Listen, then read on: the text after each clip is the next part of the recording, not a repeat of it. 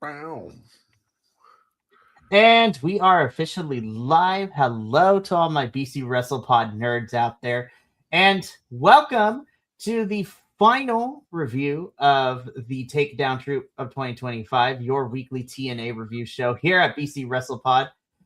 And we have the trifecta of the trio here tonight, and I'm excited to get into this. But of course, my name is Mikey, El Jefe of BC WrestlePod, running the ones and twos and keeping all of us in line, or at least trying to, at least. And then, so joining me this evening, of course, is Papa Oso, who is here once again, who we had a really great time watching this thing together and just messaging and texting each other our thoughts and feelings.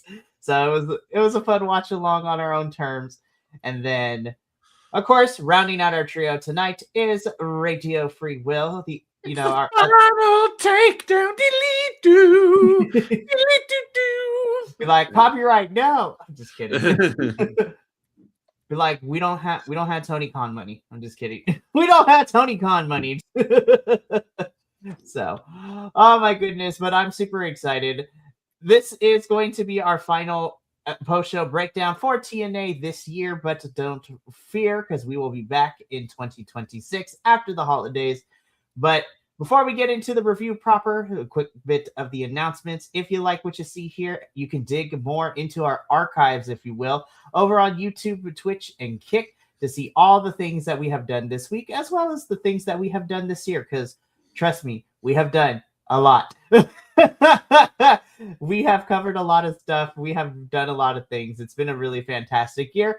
So feel free to dig into the archives, and if you want to stick around and get notified when we, go live with these things, then you can subscribe to the YouTube or follow us on Twitch or Kick, whatever platform you prefer.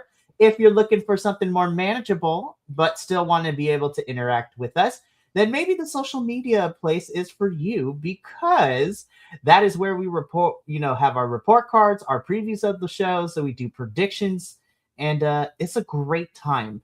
And it's more manageable, especially for those who don't have the time to watch our videos. We also have merchandise available at our shop, bcwrestlepodshop.fourthwall.com. Link in the description of all the videos below to find that information.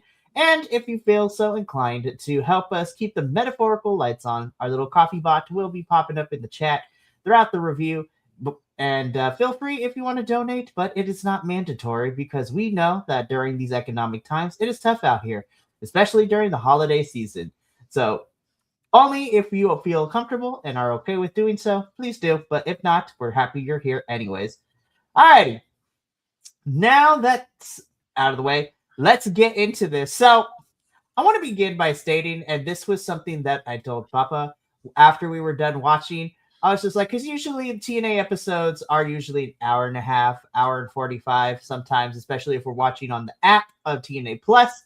And by the end of it, I was just like, wow, that episode kind of flew by, and I'm not as mad as I normally am or frustrated. So I was like, this is a pretty solid episode. Now, I do have questions, though, TNA, like I always do. And we're going to be talking about it as we go throughout the episode that I'm going to keep bringing up. But my question of the night is, this was not a bad episode. This was actually some effort. So why did it take a month and a half of us dicking around to finally get here? I was like, what? I was like, it took us a month and a half. Why did we dick around for a month and a half? And then we finally got here. I was like, did y'all get this upfront cost from this AMC deal? You got some money to actually do some stuff with this editing? I had that same thought, actually. I was like, regardless of the reason, I was just like, normally I would be cynical about it, but I was like, you know what, TNA, I'm going to give you props because this is a pretty solid episode, and I had fun. It's like when it's like payday. On payday, you go out to the good place for lunch, you get the good sandwich. But we've also had, a few months of those last couple of days before payday when you're counting how many cold cuts are left in the thing and going, how many sandwiches can I get out of this? So this is the payday meal, so it's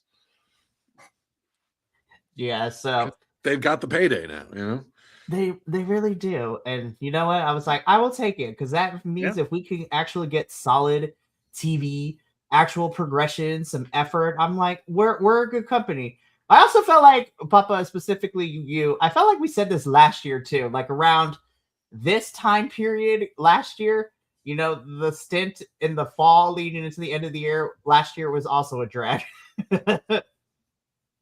Yeah, it's true. Maybe it's just because all the year, all the shit from the year is gone, and now they're just sort of like sailing. Maybe that's what it is. Who knows? Very true. So let's just get into it proper, because we spent the first let's say we'll divide the show into fourths, because there was like, including the 3 matches and our concert, we could divide this episode into fourths. So let's start with the first fourth of the episode, which was given to the TNA World Championship #1 contenders battle royale. So this is 20 individuals. So looking at this picture right here, of course, we had a couple. There are some folks on here that were part of the Explosion tapings. So, like the equivalent to the Fed's main event, or like Heat and all that good stuff. And of course, we have pretty much the entirety of the men's roster that is not involved in the steel cage match later in the episode. So, of course, you have Rich Homie Swan. You have 3 out of the 4 Rascals. So you have Trey Miguel, Zachary Wentz, Myron Reed, Hometown Man, Jake something. You have Funaki's kid in this thing too, because he was there for the Explosion tapings. You have Sinner and Saint. You have, one half of the Great Hands. Mance, Ryan Nemeth, BDE, Moose, both Anderson, Cedric Alexander, Bear Bronson, and Eric Young. And so I was just like, I wonder who is going out first. Now, I'm not going to lie. There are certain people in here I was very surprised to see last longer than I thought they would.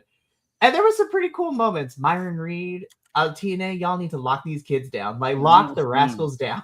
Because I'm like, they have been probably some of the funnest bits in the last month and a half, 2 months, since Victory Road, to be completely honest with you.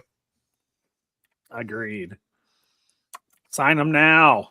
Sign them now. It's like, lock them into these deals, or at least get them to do the short-term deals for the next 3 months. So but who knows? I was also really happy to see Sinner and Saint last a lot longer than I thought they were going to, because they've kind of been lost in the shuffle since leaving Eric Young. But there was a couple of moments in here that I loved. Like Myron doing the flame on as he, like, the cutter over the top rope, and then being caught by Zachary and Trey. That was pretty cool. Yeah. So there was one thing in here that I actually really appreciated. I just wish that the announce team had actually been able to call it out. Was Sinner and Saint getting their pound of flesh against Eric Young?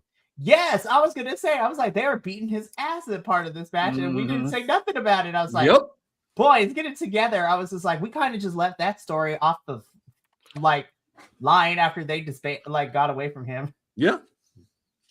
So. But I'm kind of okay with it, because I was getting sick and tired of that whole thing anyway. Oh, sure. So the less they said about it, the better from my part of it. Although it was fun to watch. Yeah. Ironically, Eric Young probably had one of the funnier moments in this match towards the tail end, which we'll get into. But yeah, 20 bodies in the ring. It is a battle royale.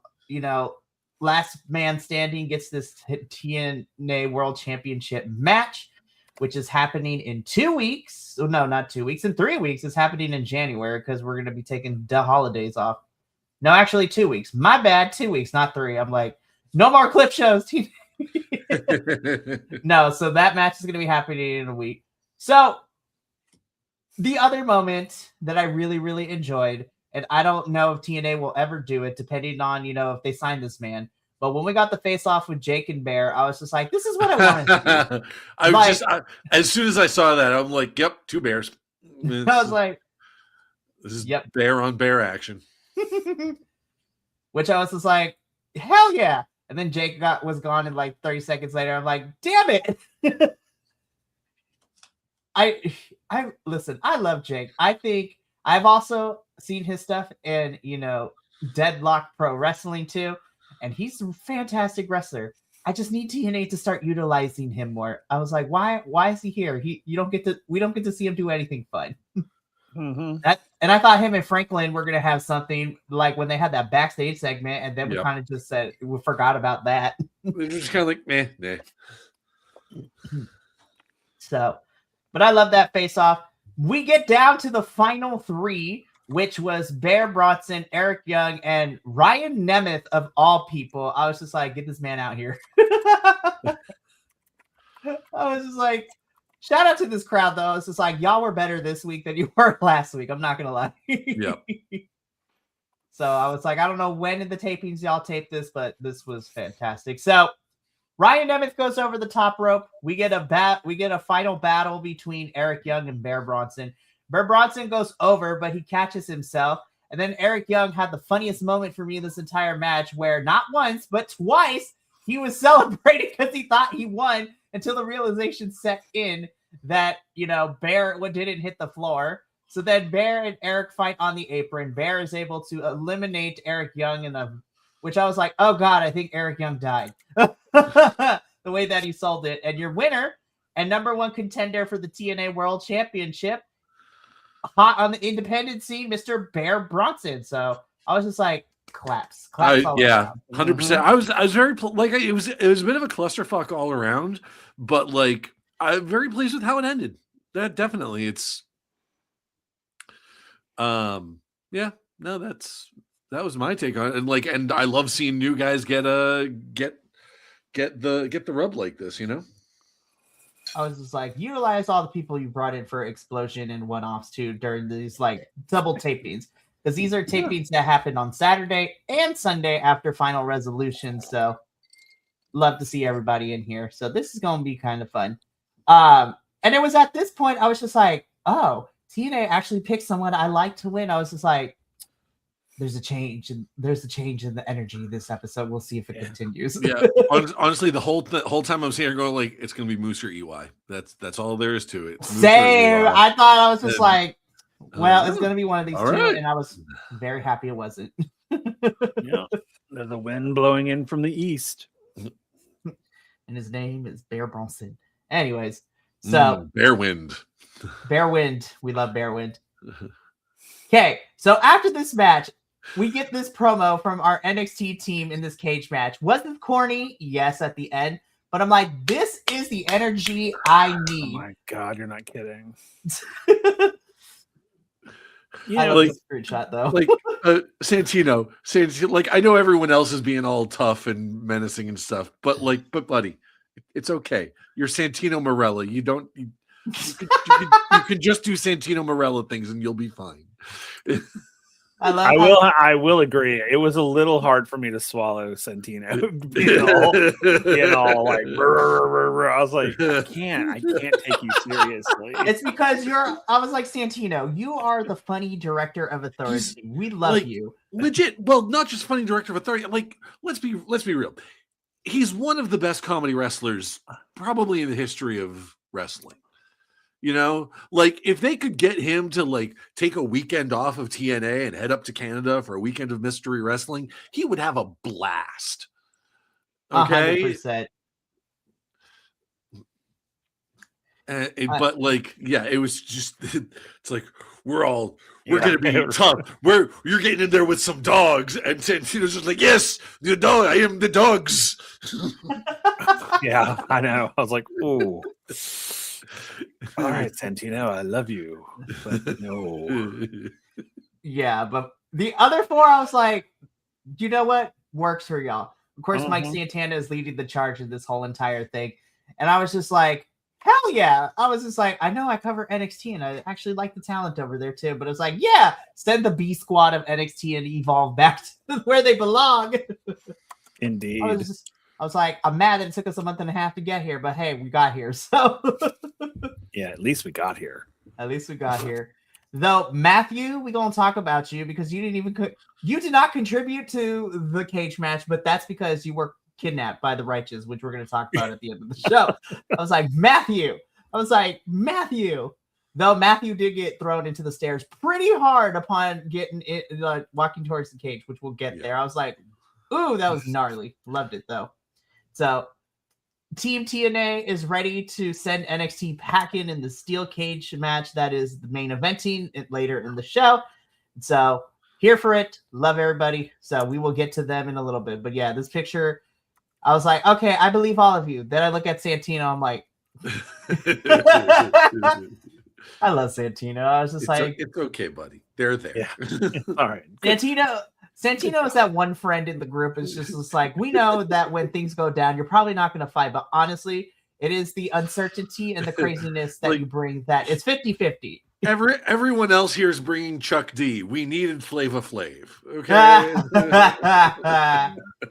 He's the yeah guy. You know, it's like we're gonna really whoop your ass. Yeah. Santino throw you against the wall. Yeah. That's Santino. He's the yeah guy. Santino, I want Santino to be my hype man. Thank you for being the little John to this entire stable's yin yang twins. Oh my gosh. Love it. Yeah. Anyways, moving on. Love it. Real quick before we move on to the, because there was I think this was the part that they brought up on the show. They brought up PW Insider, right? Mm-hmm. The note, like, because Mike Santana's, on the cover of PW Insider, and so are the Hardys, and they brought up that both Pro Wrestling Insider, and this is something that I would love both of your guys' takes on. And just sort of as we get to the end of the year and just sort of wrestling as a whole, sort of taking a step back and looking at the wrestling landscape, right? PW Insider named the Hardys the tag team of the year. Mm-hmm. And I mean, they also, the commentary also mentioned that a Busted Open Radio also did that. I don't really count that because that's Bully Ray's podcast and he's a corporate shill to whoever's signing a check for him. Mm-hmm. But PW Insider, slightly more respect on that. And I'm sitting here like, really, the Hardys as tag team of the year? And like in my head, I'm going through like some of the other tag teams that have been prominent this year. And I'm like, the Hardys over Brodito or the Outrunners or the Timeless Love Bombs or and I'm even saying like, I would even begrudgingly say that the Rascals had a better year than the Hardys. I think it's because they've been so out front that the company has pushed them so out front that that's all we can taste. Sure. And the others are sort of more like underlying flavors, but the top of the thing is the Hardy. They've just been sprinkling everything with them. Yeah. So I get what you're saying. I totally agree. Yeah. It is like, because here's the thing too. Like, because I looked up I did a quick Google today because I was thinking about the age of people in wrestling right now. Matt Hardy is 51. Mm-hmm. Not like he's not ancient, but I mean he's definitely older than most people in the industry, right? Mm-hmm. He's only 3 years younger than I am. Oh no. But here's the thing. Here's the other thing. Because I also looked up the age of Ric Flair. Now, currently, Ric Flair is 76. But 20 years ago, 2005, when he was in WWE, he was at the age where everyone was like, "It's okay, Rick, time to hang it up. You've had enough time there, Rick." And Matt is that age right now. So it strikes me as like, and I mean, I know it's two very different people in terms of like how their performance style. Ric Flair was never much of a high flyer. He was always more that sort of dirtiest player in the game. So his moves were not nearly as athletic as either of the Hardys. But it's also, it's the slowing down, and like, I mean, I've been very open about my opinion of the Hardys right now. It's like, God, it's okay, guys. It's time to hang it up. It is okay. You have nothing to prove to anybody anymore. You're two of the best tag team wrestlers in the history of the industry, and it's okay. You can let somebody else take it now. And that's funny that you say that, and I agree with you. But I think when the Hardys were brought back into it, they were brought back into it as sort of like, it almost felt like a sympathy give. Like, oh, hey, here are these vets, coming back in. Let's give them something. And then when we gave it to them, they took and ran with it. Okay. which I think is what everybody has kind of gotten onto that train because they take it and they own it. Sure. And I'm like, because that's what got me. I was like, oh, here are these guys. They're come back. They're probably they're slower than most, but man, they'll take it. Man, they'll jump through a damn ladder and a table, and they'll jump from 20 feet in the air. I mean, they'll do it, and I'm here for it. I will watch that shit till the end of days. And I think that's what they're living on. Now, I agree that they're going to get to a point where you go through that table and you've just dislodged a hip. Right. I mean, we're getting there, and you can tell they are starting to slow down. That the impact is starting to have excuse the pun. Yeah, is truly having its way with them right now, and because even I've noticed it that they've been kind of one of the most obvious examples of that to me is when they do poetry in motion now, because when they do like Matt still gets down on all fours for the springboard thing, but Jeff never goes into that like heel kick that he used to do. Like now it's just kind of like a splash, it's just kind of a body splash clothesline kind of. And I think we're going to see them retiring soon. Sure. Oh yeah, absolutely. I mean, I think they're going to go out with a bang. Mm-hmm. And maybe that's what they're setting up with this whole righteous thing. I don't know, but I agree with you. Yeah. I think they're going to be going. I think they're going to be going soon. Sure, sooner than we probably think they were. Yep. Mm-hmm.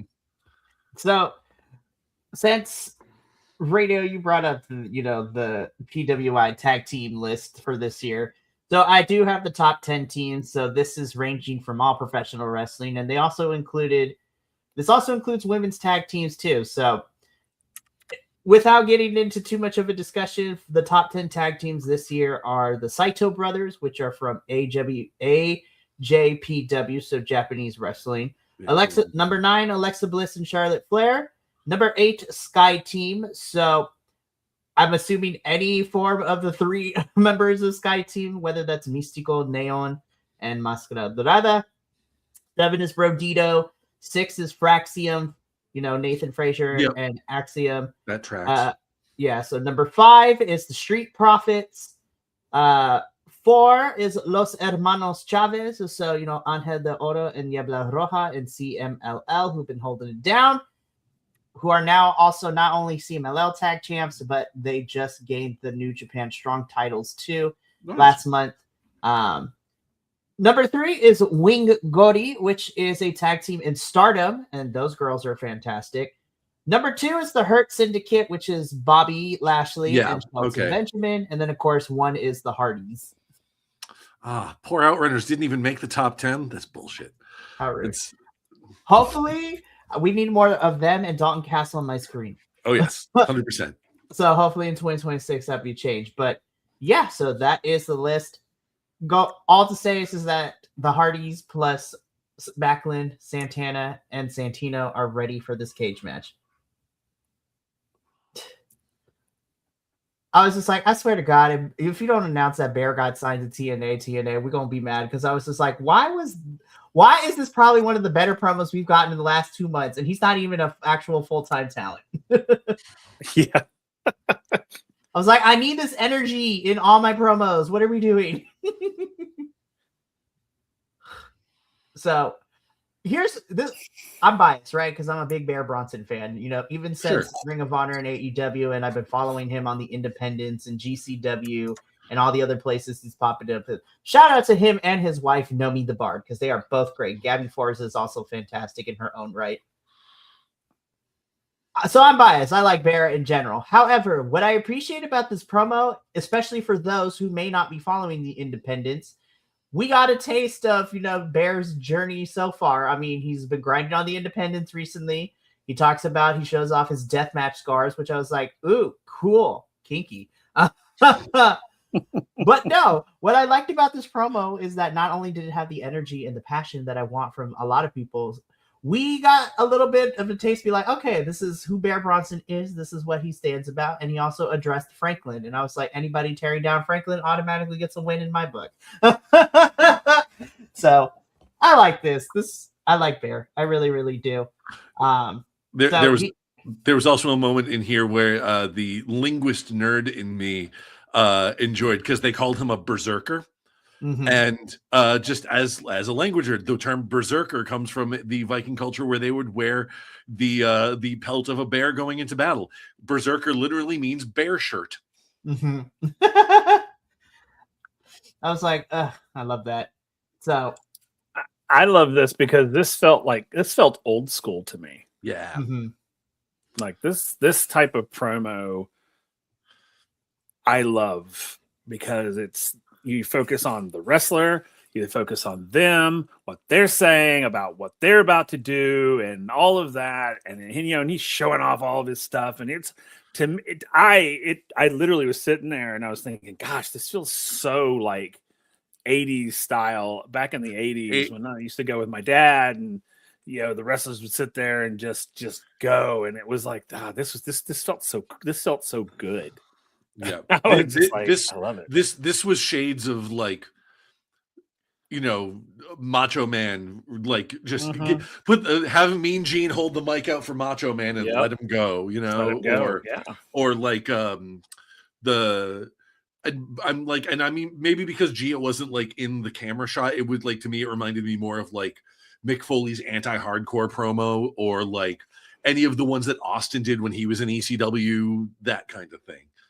It was that, yeah. It's very cool to see that bringing that into it. It just, it's something that's been missing from,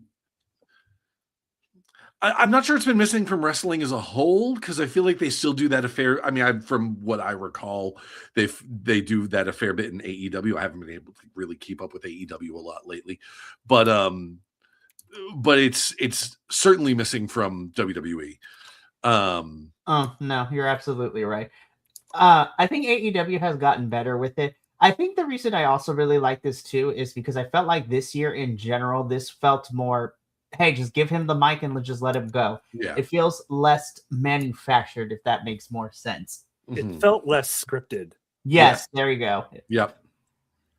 And more Less natural, like from the heart, which I love. Oh, I yeah. love it when they just let a wrestler go and talk that, like this, not when they're out there, basically reading from a script, which drives me nuts.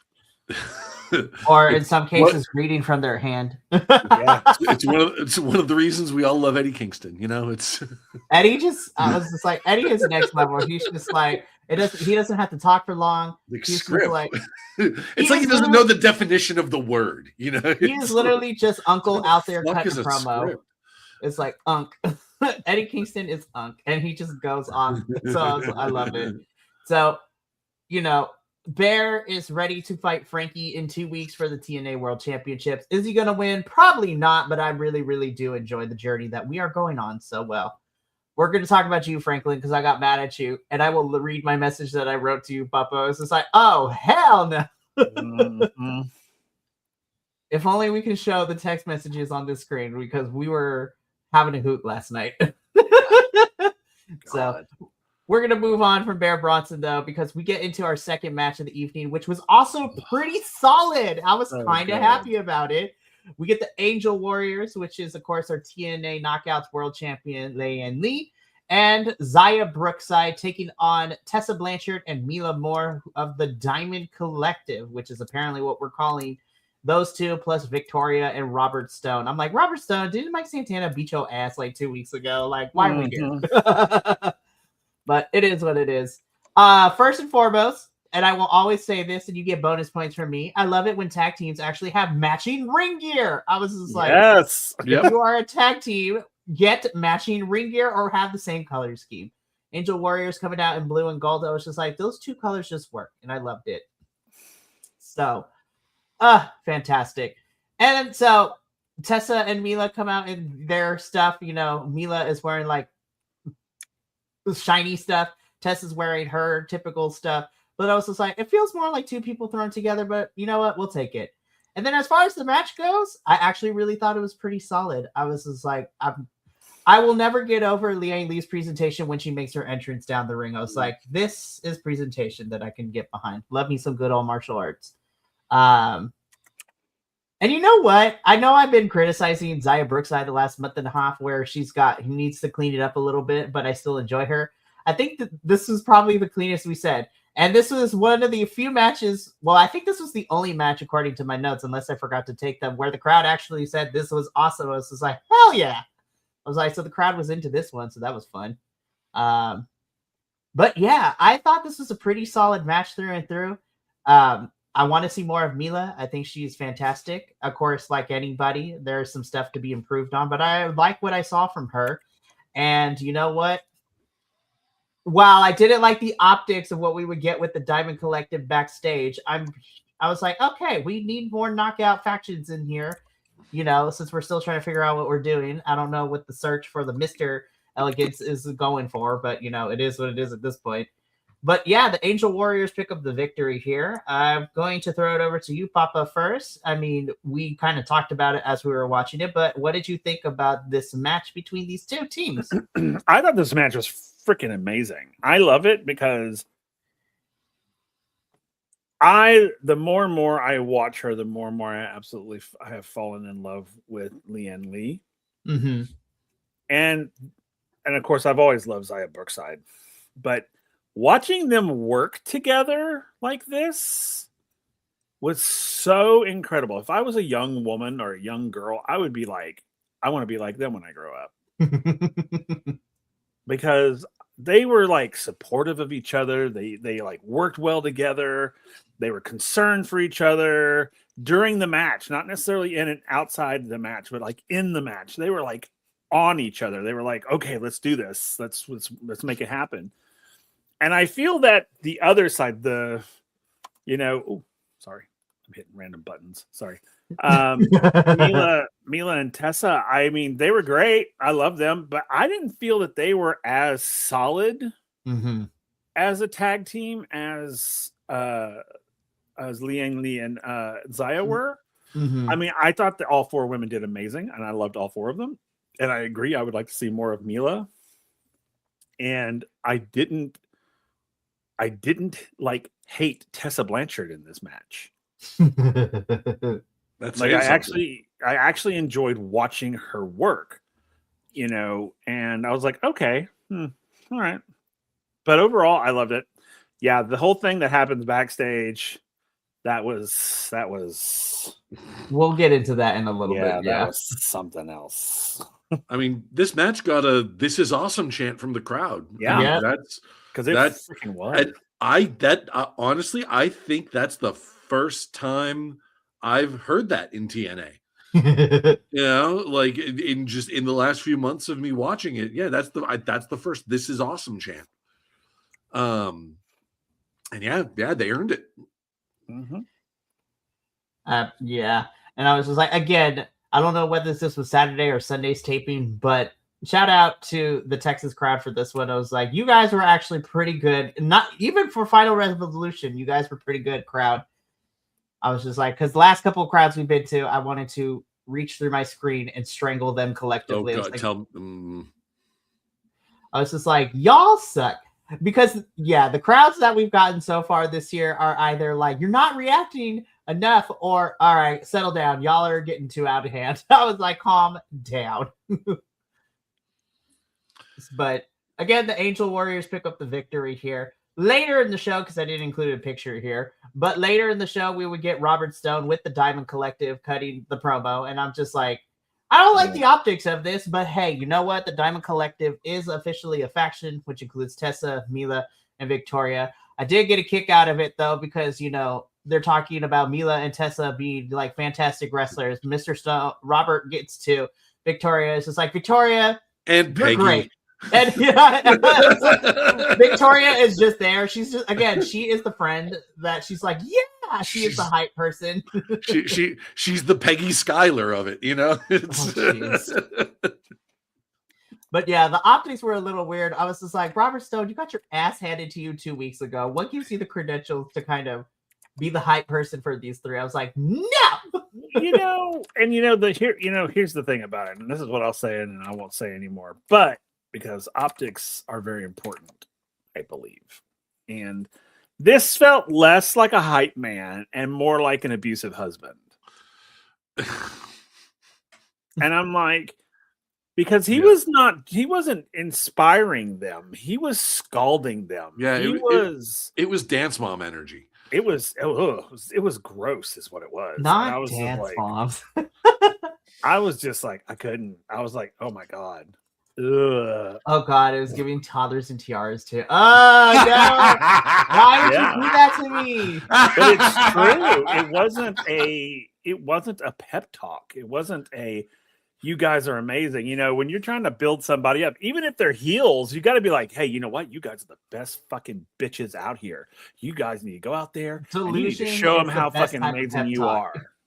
Not like degrade them like he was doing. And I was like, dude, get the fuck out of here. And then when Tessa takes over, and she's like, yeah, you're right. I'm like, Tessa, you need to lead this group. Believe it or not. Tessa, you need to be the one that's doing talking for right now.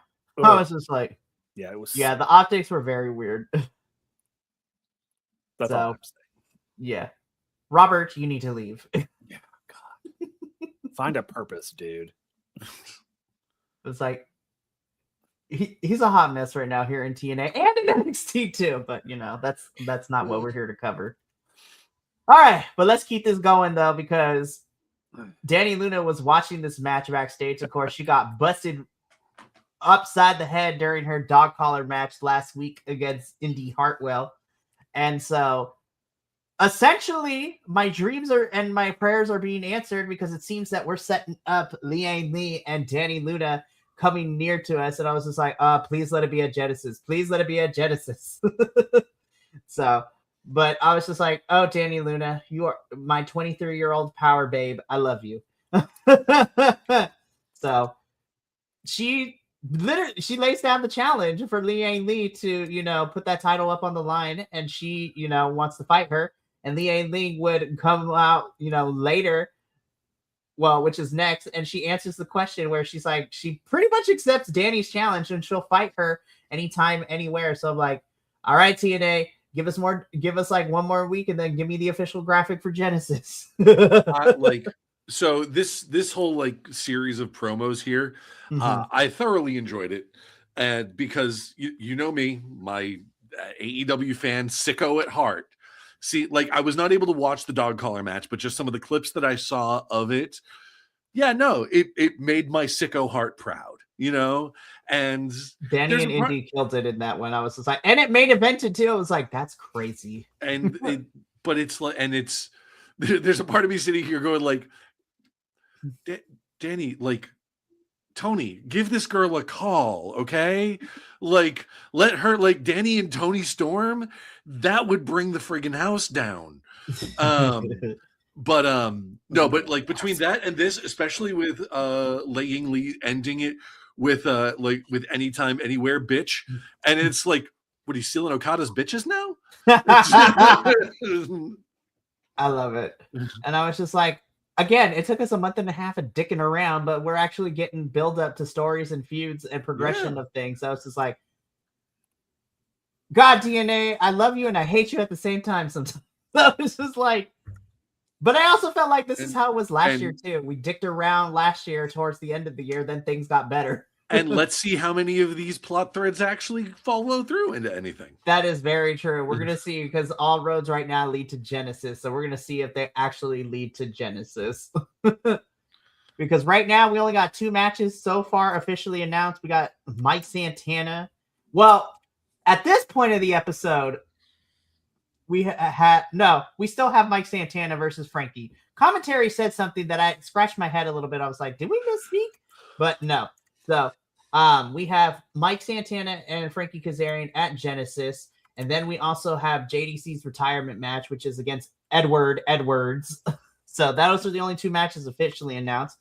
Of course, because of last week, we are getting Leon Slater and Cedric Alexander part 2, probably, since Cedric won the 6-man, number 1 contender match.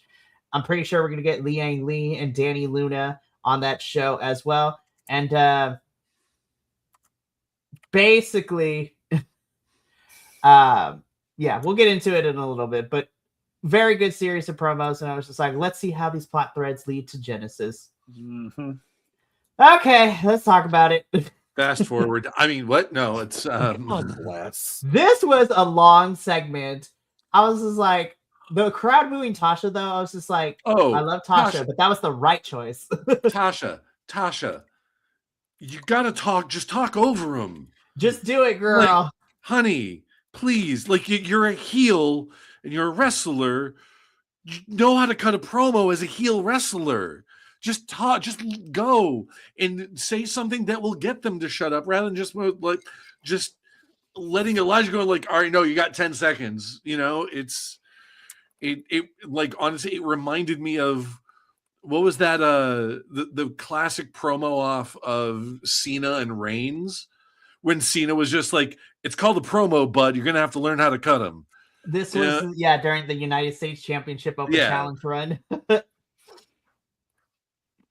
So it just like, this was a long segment. So we got like almost a 10-minute concert, which I tuned out at this point. oh yeah, I was like, Elijah, I love you. I really, really do. But I tuned out of the concert. Then I will say the visual of them like carrying the podium everywhere apparently is a thing now, which I kind of got a crack out of. I was just like, okay, this is kind of funny. And then I'm like, Tasha, girl, I know we can cut a promo and you could be, I want you, bring back the Boricua Badass Tasha Steelz moniker. That is what I need. This is like, because when her and Kiera Hogan were tag champs like 3 years ago here in this company when we first started TNA, that's the Tasha Steelz I miss. Yeah, like, see, now she's like all subservient, and I don't like that at all. Like, I need the Tasha Steelz back from earlier this year, who went through a whole table with Mike Santana. That was legit. I need her to stage a coup and take over Mustafa Ali's position. That would be hilarious. Because she is better than what she is right now. And I'm just, to me, she just feels weak now. And she used to be like, when she walked into a room, she was like, listen here, bitches. And now it's like, hey now, y'all need to, now y'all stop. Yeah, you don't know. And I'm like, what happened to you? Yeah. It's been a rough year for Tasha. Not even a rough year. I would say it's been a rough 6 months, because like I legit liked her, leading into Rebellion, where when Mike Santana put her through the table and when Cedric Alexander and Lombard checked her later, and she sold the hell out of that. But since then, since Rebellion, even for this whole entire faction of Order 4 has kind of just been so dumb. Like, the buck stopped after Mike Santana beat Ali at Rebellion this year, because I was just like, this is actually a pretty good story. I was enjoying it. And then the faction went downhill. So Elijah gets interrupted by Tasha on the mic with Agent Zero at her side. Ali comes out. Elijah and Ali have a bit of a back and forth, but it felt more one-sided. I was just like, and ambush begins in 3, 2, 1. Elijah gets attacked by the Great Hands. Elijah fights them off. Ali, baits him to fight him on the stage. He grabs Tasha, and I'm just like, oh, if you actually do something to her, and the optics of it, outside of professional wrestling doesn't sound great. But it was just like, equal rights, equal fights, right? Yep. But of course, then, as I said to you, Papa, Elijah gets El Kabonged by Ali. And this is how we end this segment, with this picture right here. It was so predictable. I mean, all of it. Mm-hmm. And I'm so over. I mean, it's like Order 4. Come up with a new thing, guys, because we know what you're doing. Every single time you show up, we know what's happening. There's nothing surprising. Nothing surprising happened in this entire segment. And therefore, I was like, this could have been an email. Or a voicemail, for all I care. I mean, just, it could have been a text message. Something I can delete quickly. Check out Elijah's new song on Spotify. Oh, yeah. He got his ass kicked. Honestly, that is the best way to summarize this whole segment. Yep. Now, on the one hand, as annoyed as I am with this whole thing, at least we are building, outside of the championship feud. So it seems Ali and Elijah are going to be fighting for a little bit, which on paper should be fun. I just don't care about how we're building it right now. We got to change some things right now about it. Yep. Alrighty, let's keep this show going though. I'm not gonna. This made me laugh. I'm not gonna lie. It really did. I actually did laugh at this. I will also admit I learned something because I forgot that Moose never has gotten his rematch for the X Division Championship after losing it to Leon Slater. I'm like, oh shit, you're right. There was I just I love Moose sitting here cutting a promo being like, I'm gonna get my contractually like guaranteed blah blah, and then Cedric comes in like a slightly less buff Iffy Nwadiwe and going, actually not Iffy. I love Iffy, by the way, but I was like, not great. Iffy. Well, that's the joke is slightly less buff than Iffy. Yeah, it's Iffy's fucking huge. Man. Holy hell. Anywho, but yeah, it was like actually no, I'm next in line. No, it's cool. You just chill and then yeah, no, you'll get your turn. Don't worry. Cedric Alexander is nephew, and then Moose's uncle. Cedric Alexander is like, listen here, Unc, I love you. You the OG. But like, I'm next right now, and then you can get your shot afterwards. That is what this gave me. If anyone has watched Soul Food, this is what it's giving me. Oh my god, that's funny. I was like, oh man, this was fantastic. This was a funny segment. So I was like, oh yeah, I forgot Moose has never gotten a rematch against Leon, which on paper I'm excited about because I was like, you know what, I did like their match at Slammiversary. So, but yeah, Cedric Alexander's like, listen here, I'm next, but then you can get it after me, so we're good. This picture is everything, though. I was just like, yes, thank you, internet. So good. So fun. It is. I also love the way that Cedric is also trying to look at Moose, but also look directly at the cameras. Yeah. I love this. This is great. So, of course, Moose, because again, all this is already pre-taped, so the TNA roster doesn't need to come back for new tapings until January. But so Moose is busy in NXT because he's about to fight All Ego Ethan Page for this North American Championship in 2 weeks. And then we'll just mention it here too. Leon Slater is going to fight Oba Femi for the title after winning the #1 contenders match this week, which on paper is going to be fun. But I was like, you know damn well that they are not going to let Leon Slater win. However, we talked about it on Tuesday, Papa, where if this inspires it, even if Leon loses, to be like, you know what? I could have been an NXT World Champion. And you know what? I feel like I can. If this leads to Leon Slater cashing in option C to get a championship match, whether it is Franklin or Mike Santana, I'm here for it. Yeah. So what I like, honest, because I was thinking about that earlier, just sort of like the state of championships like that. Number one, I think it would be really cool if Moose was able to get the title from All Ego Ethan Page and eventually get the X Division, and like, so we have someone on TNA doing the whole, 2 belts thing, right? The other thing that would be kind of interesting, if Leon Slater wins the title against Oba Femi, as an opportunity to move Oba Femi up to the main roster, which would be nice. But the timing of it, put it this way, have Leon Slater win the title off of Oba Femi, and then Oba Femi becomes one of the, surprise entrants in the Rumble. Which would be really fun. And honestly, I was like, Oba doesn't need this title right now. Again, this is his 3rd title reign. He doesn't need it. But unfortunately, I don't think NXT would allow Moose or Leon to take a title off of one of their talents. And I think we're stuck. And we talked about this on Tuesday, Papa, where I think the earliest I could see Oba leaving is Vengeance Day, but I think we're stuck with Oba until at least Stand and Deliver, which is in April. Which I was just like, all right, fine. And then meanwhile, Ricky and Javon will be fighting over the next couple months too, because Ricky cried about not getting his title shot first after Javon cut the line. I was just like, all right, not necessarily my favorite trope in having a feud, but it is what it is.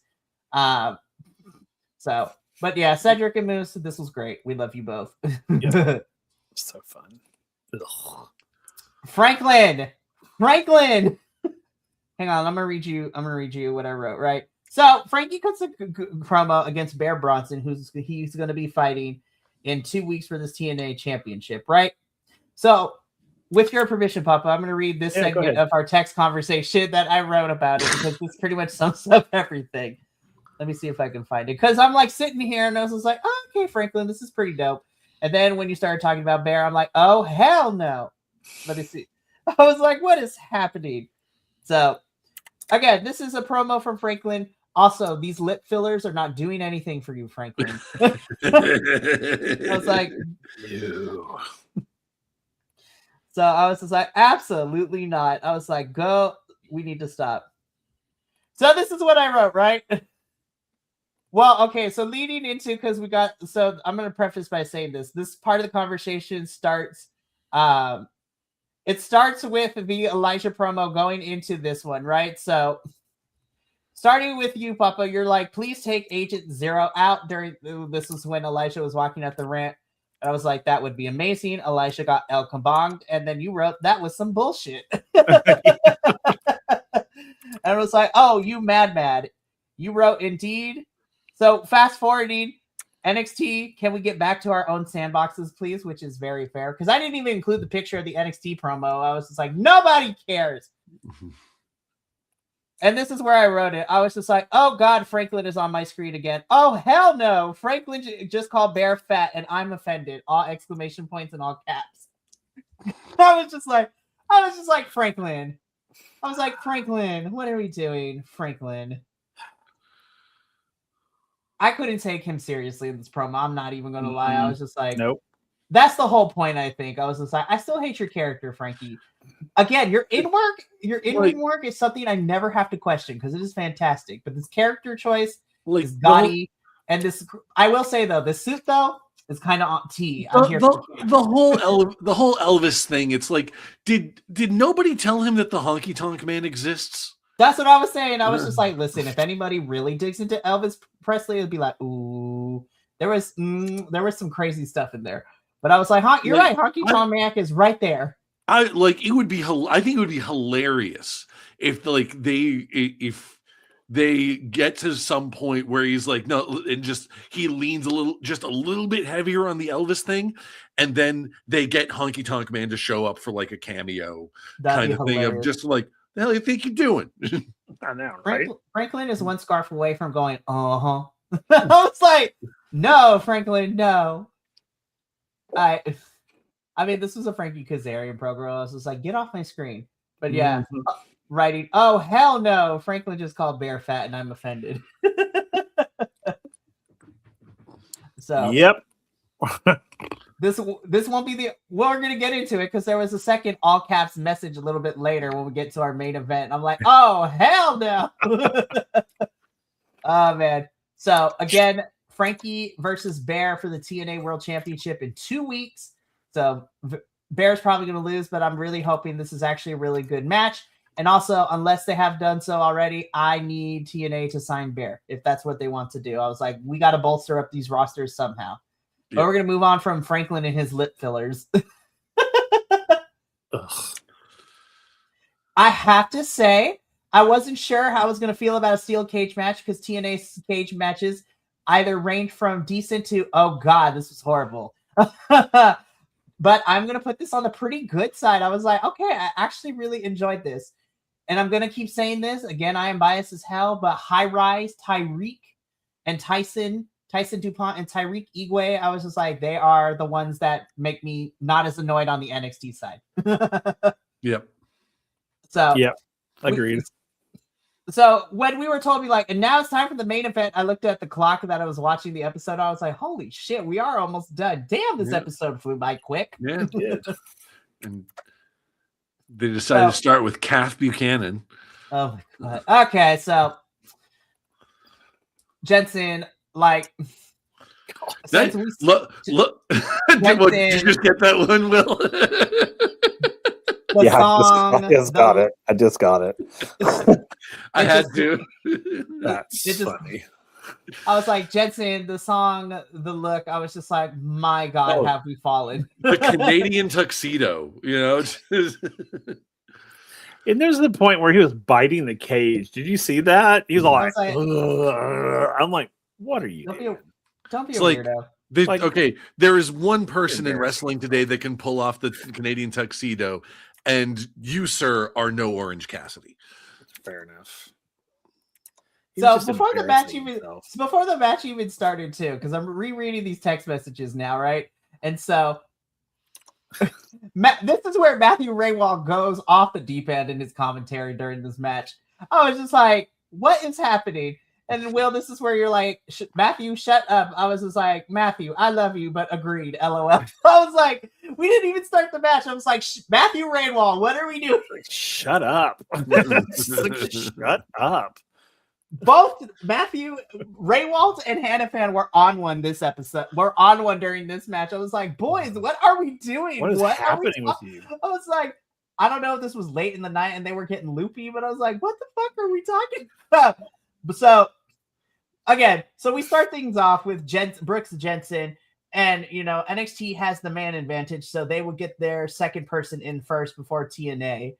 And then I was just like, all right, let's see who's coming in first. And then when we saw Mike Santana, I was just like, oh, Brooks is dead. I was like, you're done. I was just like, NXT about to learn the hard way. So Mike Santana, I love you though. I was just like, bro, get in this ring though. We spent like 7 minutes walking around, which I love. I know. I was just like, all right, Mike, get in this ring. And they're just like, he's like, hey, so there's a couple people who have yet to arrive, so stall. Okay, and let's say that bitch pulled up in a caddy, man. I was like, are you freaking kidding me right now? Well, he saw Frankie. He saw Frankie at Final Resolution. He's like, let me show you how it's really done. That shit was fantastic. I mean, they're in El Paso. They got to do some Eddie stuff, Yeah. So, well, and that was the other thing, because they kept talking about earlier when they were talking about the thing with Ali and the horse. Like they kept calling it the lasso from El Paso, and it's like that was Eddie's finisher. I mean, I know the frog splash and the three amigos are the ones that everybody remembers, but he had that submission move, the lasso from El Paso. It was brilliant. This was crazy. So as soon as Mike Santana comes in and sees Brooks in the ring, I'm like, oh, Brooks is dead. And that's exactly what happened. Brooks was getting his ass handed to him by Mike. Yeah. Which then, prompts Lexus King to come in, which is like, I shun thy beard. I was like, God, that beard is so bad. And I was like, Lexus King needs to get off my screen. Seriously. So we keep going back. And then I was just like, Macklin, I love you. But I was just like, we wore a whole entire t-shirt. I was like, what is happening? Just okay. Does Macklin know he's cosplaying a lesbian necromancer? That's what I was going to say. I was just like, that's like, okay, I know he's going for like, I know there's a fine line between Call of Duty and Gideon the Ninth, but like, Bud. Yeah. Macklin's face paint was not it. And I was just like, we've seen you do the face paint before. This is not one of the better jobs. It felt like he was like, oh crap, I'm on next. And you just finish it in 5 minutes. I love that though. Lesbians. So that's like, that is one of those face paint jobs that, like, I know there were plenty of people, especially like the military guys, like, oh, it's Call of Duty. It's like, that's the exact same face paint as Gideon the Ninth. Right. So we keep going back and forth, right? At one point, NXT tries to cheat because, Jeffrey Hardy ends up getting into the ring. Then we have, Tyson come out.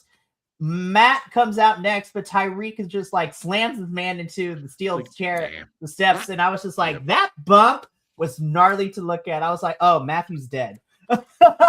Matthew died. And then the Righteous come out and just straight up kidnap him in the middle of this match. I was like, Matt Hardy has died of dissing Tyreek. I was just like, what the hell is happening? So Matthew gets kidnapped by the Righteous, and I'm not gonna lie, I thought we weren't gonna see anything until next week, but then we got a post-credit scene at the end we got a stinger. This is straight up MCU stuff now. I was just like, okay, I'm kind of digging this. So, and then of course, this is where Santino gets involved, and then all members are in the ring except for Matthew. But the match can finally begin. Everybody starts whooping ass. And then it is ultimately Team TNA that stands tall with a combination of everybody spamming and finishing moves, which we love to see. So Team TNA stands tall in the cage match. Everybody is celebrating. Everybody walks out of the ring. I was very surprised that Jeffrey didn't run to go try to find his brother, but hey, you know what? It's okay. He's like, Matt's fine. We'll be okay. Honestly, Jeff is like, this is the least craziest thing that has ever happened to us in our careers. He'll be fine. He's like, happens every Friday, guys. Honestly, the amount of times they have been kidnapped or gone into some crazy realms, like they're like, this is a normal Thursday for us. But let's get into it. Matt Hardy is just a planeswalker at this point. He really be traveling like that. I'm just gonna let this picture sit here, and then y'all can talk about it. Well, it was I'm funny. proud of myself for this one. It was funny because I was like, oh, okay. And then because I think I sent you a message because I was like, hey, wait, what's about to happen here? Because let's read this exchange, shall we? I saw her do the thing with the gate. Let's read this exchange, right? So you're like, that was crazy! Exclamation point. I'm also starting to feel something I haven't felt in a while. Oh, then TNA wins. Fuck yeah! And you're like, then we talked about the Righteous kidnapping Matt, so that was fun. And you're like, what is Ariana up to? I'm like, oh damn, I have a feeling. This moment happens. You say, oh shit, and I'm like, and there it is. And I'm like, I'm kind of here for it. And then Santana's trying to open the cage regularly. I'm like, Michael Santana, climb over this cage. I know. And then you see Steve Macklin like climb up this thing like a spider monkey and just jumping in the ring. I was just like, what is happening? And then this is where you point out, Papa, you're like, I'm not going to lie. I'm kind of liking this new Ariana. I'm like, better than Tuesday. And then this is where Ariana exits the ring and she talks shit to Mike Santana. I'm like, oh, hell no. She called Mike Santana a deadbeat dad. Oh, fuck. It's going down. Uh-huh. And then I didn't include a picture, but then Ariana and Stax go up the ramp and they make out. I was like, ew. I'm glad you didn't show a picture of it because it was gross. I saw tongue and I was like, oh, okay. There was... I'm an actor. I have to sort of point out the acting things. Ariana, commit to an emotion. Please. Commit to it. Like, if you're like, because like she's walking back up the thing and like the expression on her face is reading like, I really just kicked my dad in the balls. Oh no. Oh, why did I do that? Kind of thing. It's like she looked distraught over it. And then like gets back to the top of the ramp, makes out with Stax for a minute. It's like, oh yeah, nope, I'm still a badass. It's like, like just I don't yeah, whatever. I'm asking too much of for the theatricality of professional wrestling, I guess. In all honesty, though, we've talked about this all year round. I feel like the rest of the promotions need to invest in actual like acting classes and speech classes and all sorts of stuff. Public speaking classes. For reals. Which, come to think of it, that's probably one of the reasons that Cody Rhodes is still like kind of halfway decent in WWE. Because isn't that what like? Because Dusty sent him to like acting school for all the crazy. Instead, it's like, don't get into this wrestling thing. Go wherever else you want. It's like, yeah, okay, send me to acting school. Like, done. Take it. Like, enjoy your acting classes, and then he gets into wrestling anyway. Off topic. Yeah. Those pictures that came out for the Street Fighter movie look god awful, but I am here for the camp. They do. Yeah, they're awful, but I'm here for it. Especially Cody Rhodes and that fucking hair that he has for Guy. But I am here for the camp. Everyone's just like, oh, this is garbage. I'm like, it is garbage. But is my ass gonna be in that seat when on opening weekend? Yes, because I'm here for the camp. It's Street Fighter, you guys. It's over the top characters in general. What you expect? I was just like, what you want, Martin Scorsese to write this thing? Hell no. I do love the fact that they finally have Jason Momoa and Roman Reigns in the same movie, but they're both so heavily made up that neither of them looks like themselves. It's so that you can't have that moment of like, you can't have the Spider-Man meme of the two of them, I was just, and I said this on other shows, but I'm going to say this here too. I was like, whoever was the casting director for this movie, I'm like, I was just like, you have to be a wrestling fan because, okay, Yeah. Roman and Cody, like WWE is very mainstream, right? But for the fact that you get Hiroki Goto, New Japan wrestling star in New Japan Pro Wrestling, which is a big promotion in Japan anyways, but like, it's not like mainstream like WWE is. I was like, I feel like this casting director or somebody on this team was an actual wrestling fan. And I was just like, damn, you got Roman, Cody, and Hiroki Goto of New Japan. I was like, you must be a wrestling fan. Because I was just like, loved it. But yeah, I'm not going to lie. I'm proud of myself for the screenshot. Yeah, good shot. Well done. So good. Thank you, TNA, for posting your stuff on the internet so I can screenshot it. And I appreciate you. But yeah. So at first it was like Mike Santana and Steve Macklin are consoling, Santino as Ariana and Stax are on the stage. So it's just like the saga for the international champion is not over quite yet. So I was like, okay, this is a good episode. And then I was like, okay, it's not over yet. But I was like, wait a minute, there's no TNA trademark. And I was like, wait a minute, we still got like 3 minutes. What's about to happen? Yeah. We get a stinger, y'all. We get a post-credit scene. I was just like, oh, okay, TNA is actually kind of doing some great stuff, right? This shit right here was so much fun. I was just like, I'm here for the cult. So funny. It was so funny. Like, I'm wondering, like, I'm sitting here going, like, they got to be trying to bring back Broken Matt. You know, like, this is going to be the next chapter of the Broken Matt Hardy saga. I'm telling you right now, even though they haven't made it official because of what we're doing, I was like, oh, absolutely, we're probably getting the Hardys versus the Righteous at Genesis. But I was just like, are we going to get the Hardys? Are we going to get Brother Nero and Broken Matt Hardy? That is the question. Regardless, I'm jealous that Will gets to witness either version of it live because he is going to Genesis.